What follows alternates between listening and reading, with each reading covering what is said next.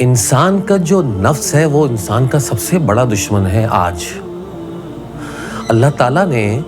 جب قرآن نازل کیا اس وقت رسول اللہ صلی اللہ علیہ وسلم سے فرمایا، اور یہ قرآن کے اندر قرآن کے لفظ ہیں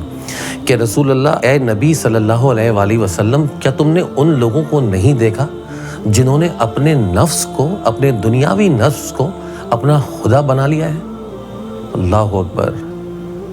اب ہم اگر اپنے آپ کا احتساب کریں، اب اگر ہم اپنے آپ کے اندر جھانک کر دیکھیں تو ہم میں کتنے لوگ ایسے ملیں گے، ہم سب میں کتنے لوگ ایسے ملیں گے جنہوں نے اپنے نفس کو اپنا خدا نہیں بنایا ہے؟ اب آپ مثال لے لیجئے، سود اسلام میں کس قدر سخت منع ہے۔ ہم کوئی فیکٹری لگانا چاہتے ہیں تو ہماری ساری انویسٹمنٹ سود کی بیس کے اوپر ہوتی ہے۔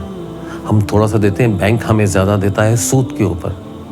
ہم کوئی چیز خریدتے ہیں، ہم کم پیسوں دیتے ہیں ان کو، باقی بینک ہمیں پرووائڈ کرتا ہے سود کے اوپر۔ ہم گھر لیتے ہیں سود کے اوپر۔ کریڈٹ کارڈ کا سسٹم ہم اگر نہیں کریں گے تو ہم آؤٹ ڈیٹڈ ہو جائیں گے۔ آپ اس کے علاوہ کی بات کیجئے، ایک دوسرے سے ہم ریلیجن کے اندر دشمنی کر رہے ہیں۔ ہم ایک مسجد سے دوسری مسجد والوں کے درمیان ایسا کمپیریبل کھڑا کر رہے ہیں، ایسا ایک محاذ بنا کر کھڑا کیا ہوا ہے، صرف اور صرف کس وجہ سے کہ اس مسجد جانے والا انسان جو ہے وہ دوسری مسجد نہ جائے۔ کیوں؟ کیونکہ چندہ نہیں ہوگا۔ میں نے اپنی آنکھوں سے ایکسپیرینس کیے ہوئے ہیں ایسے لوگ، پاکستان کی تو بات چھوڑیے، لوگ کہتے ہیں یار آپ کینیڈا امریکہ چلے جاؤ تو تھوڑے سے سویلائز ہو جاتے ہیں، وہاں کا سسٹم اچھا ہے۔ یہاں کے رہنے والے لوگ جو کہ مسجد کے پریزیڈنٹ بنے ہوئے ہیں، یہ میرا اپنا پرسنل ایکسپیرینس ہے کہ انہوں نے جائیدادیں کھڑی کر لی ہیں، ان کی کوئی نوکریاں، کوئی قابلیت، آپ ان کو دیکھیں گے آپ کہیں گے انگوٹھا چھاپ لگ رہا ہے یہ شخص، لیکن انہوں نے جائیدادیں کھڑی کر لی ہیں۔ کیسے؟ کیونکہ وہ نہیں چاہ رہا کہ اس کی مسجد میں چندہ دینے والا کسی دوسری مسجد میں جائے، حالانکہ مسجد تو ساری کی ساری ایک جیسی ہونی چاہیے۔ مسجد تو وہ بھی مسجد جس میں نماز پڑھائی جا رہی ہے، وہ بھی وہ مسجد جس میں نماز پڑھائی جا رہی ہے، اس مسجد میں بھی جمعے کا خطبہ ہے، اس مسجد میں بھی جمعے کا خطبہ ہے۔ لیکن کیونکہ میری مسجد میں لوگ آ کر پیسے دے رہے ہیں، وہ باہر کھڑے ہو جاتے ہیں مشین لے کر کہ آپ پیسے دے دیجیے، اور لوگ پیسے دے رہے ہیں، اور بہت سارے لوگ تو سوچتے بھی ہیں پھر بھی دیتے ہیں کہ ہم اللہ کے نام پر دے رہے ہیں، لیکن وہ خود کیا کر رہے ہیں؟ اور ان کے یہ ایکشنز کرنے سے باقی دنیا کے اوپر جو لوگ نان مسلم ہیں ان کے اوپر کیا امیج پڑ رہا ہے مسلمان ہونے کا؟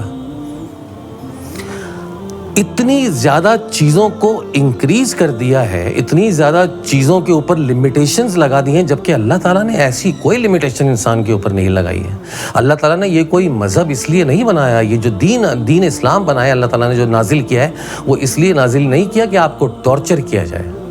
ہاں، آپ اس کام میں نکلیں گے، اگر آپ نے ٹھان لیا کہ ہاں میں نے اللہ کے کام پہ نکلنا ہے، تو اللہ تعالیٰ آپ کو آزمائے گا، ٹھوک بجا کر آزمائے گا۔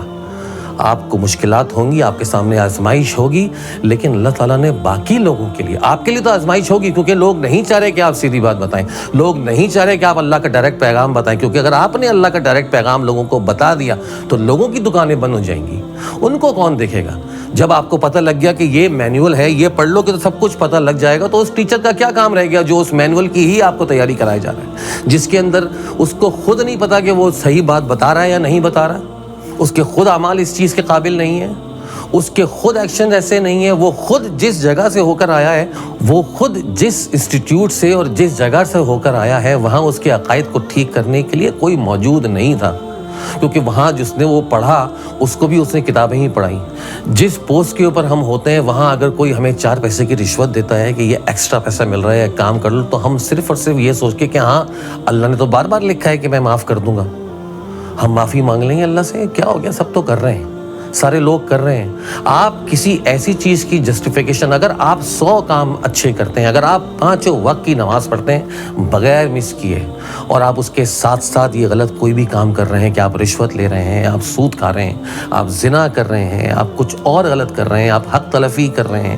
آپ غریب کو نیچا دکھا رہے ہیں، آپ غریب کا حق مار رہے ہیں، آپ کمزور کو دبا رہے ہیں، آپ چاپلوسی کر رہے ہیں امیر کی جو حیثیت والا ہے، آپ